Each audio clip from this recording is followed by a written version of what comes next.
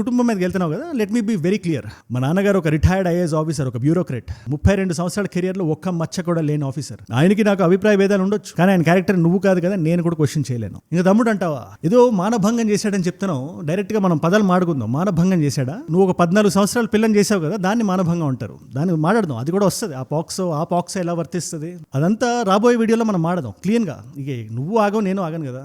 నా మొండి పట్టుదల గురించి నీకు ఇంకా ఐడియా లేనట్టుంది, బట్ స్టిల్ మాడదాం. ప్రతి ఒక్కదాన్ని గురి చూసి బయటికి లాగుతాయి. ఎలా లాగుతానంటే, ఈ డైనోసార్ గడితో ఎందుకు పెట్టుకున్నాను నువ్వు ఫీల్ అవ్వాలి. నెక్స్ట్ ఏమన్నా వీడియో పాత చూసాను, అందులో ఏదో తప్పున్నట్టు మాట్లాడతావేంటి? ఏ తప్పు చేశాను నేను అక్కడ?